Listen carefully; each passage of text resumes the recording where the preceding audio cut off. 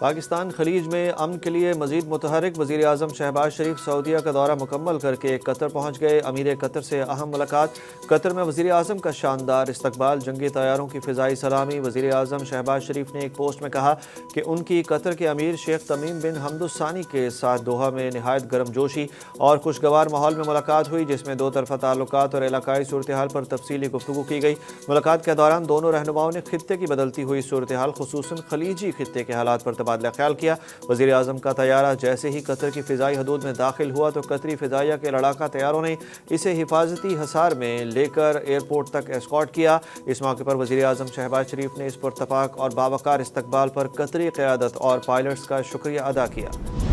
Field marshal Syed Asim Munir بھی خطے میں کشیدگی کم کرنے کے لیے ایران میں موجود۔ ایرانی وزیر خارجہ سے اہم ملاقات کے بعد تہران میں ایرانی پارلیمنٹ کے اسپیکر محمد باقر کالباف سے ملاقات کی۔ ISPR کے مطابق فیلڈ مارشل کا دورہ تہران امریکہ اور ایران کے درمیان جاری ثالثی کی کوششوں کا حصہ ہے۔ وزیر داخلہ محسن نقوی بھی فیلڈ مارشل کے ساتھ ہیں۔ ایرانی وزیر خارجہ عباس عراقچی نے پاکستان کی جانب سے مذاکرات کی میزبانی پر اظہار تشکر کرتے ہوئے کہا کہ خطے میں امن اور استحکام کو فروغ دینے سے متعلق ہمارا عزم مضبوط اور مشترک ہے۔ یہ ہمارے گہرے اور عظیم دو طرفہ تعلقات کا مظہر ہے۔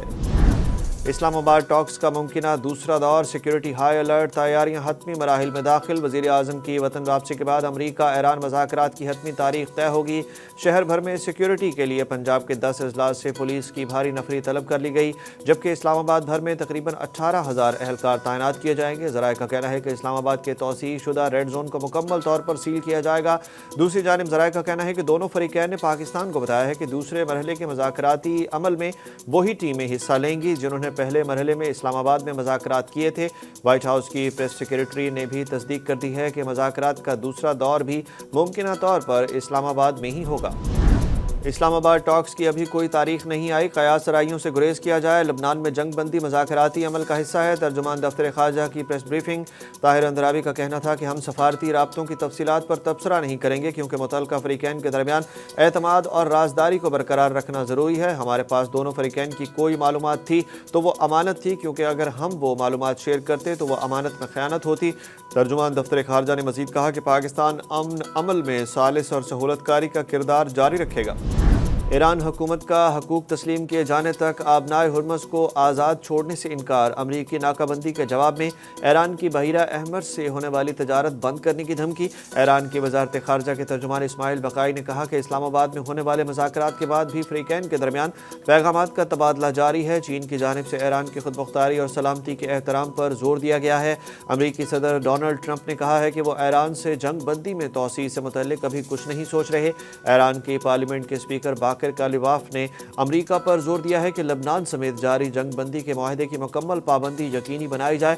برطانیہ نے ہر دباؤ کو مسترد کرتے ہوئے ایک بار پھر ایران جنگ کا حصہ بننے سے صاف انکار کر دیا، جبکہ ایرانی سفیر رضا امیری مقدم کا کہنا ہے کہ پاکستان پر اعتماد ہے، امریکہ پر نہیں ہے۔ ملک میں جاری لوڈ شیڈنگ پر وزیر توانائی نے عوام سے معذرت کر لی۔ اویس لغاری نے کہا ہے کہ آبنائے ہرمز کی ناکہ بندی کے باعث ملک کو گیس نہیں مل رہی اور فی الوقت ہمیں 4,000 میگا واٹ کے شارٹ فال کا سامنا ہے، اس لیے ملک میں جاری لوڈ شیڈنگ پر عوام سے معذرت خواہ ہیں۔ اسلام آباد میں پریس کانفرنس کرتے ہوئے انہوں نے کہا کہ پن بجلی کی پیداوار میں ملک کو اس وقت 1,600 میگا واٹ کمی کا سامنا ہے، جبکہ LNG نہ ملنے سے بھی 3,000 میگا واٹ کمی کا سامنا ہے، جس سے مسائل مزید بڑھے ہیں۔ لوڈ شیڈنگ کی یہ صورتحال عارضی ہے۔ ملک بھر میں توانائی کا بحران شدت اختیار کر گیا، بجلی کا شارٹ فال 5,000 میگا واٹ سے بڑھ گیا۔ پاور ڈویژن ذرائع کے مطابق ملک میں بجلی کا شارٹ فال 5,726 میگا واٹ تک پہنچ گیا۔ بجلی کی پیداوار 14,274 میگا واٹ جبکہ بجلی کی طلب 20,000 میگا واٹ ہے۔ دوسری جانب پاکستان میں LNG امپورٹ صفر ہونے سے LNG پاور پلانٹ سے بجلی کی پیداوار رک گئی ہے۔ حویلی بہادر شاہ، بھیگی اور نندی پور پاور پلانٹ سے بجلی کی پیداوار نہ ہونے کے برابر۔ ساہیوال، نیلم، جہلم پاور پلانٹ بھی بند ہیں۔ سعودی عرب سے $2 ارب موصول ہونے کے بعد پاکستان اسٹاک ایکسچینج میں زبردست تیزی، سونا بھی مہنگا ہو گیا۔ اسٹاک مارکیٹ میں 2,000 سے زائد پوائنٹس کے اضافے کے بعد 1,69,000 اور 1,70,000 پوائنٹس کی دو حدیں ایک ساتھ بحال ہوئیں۔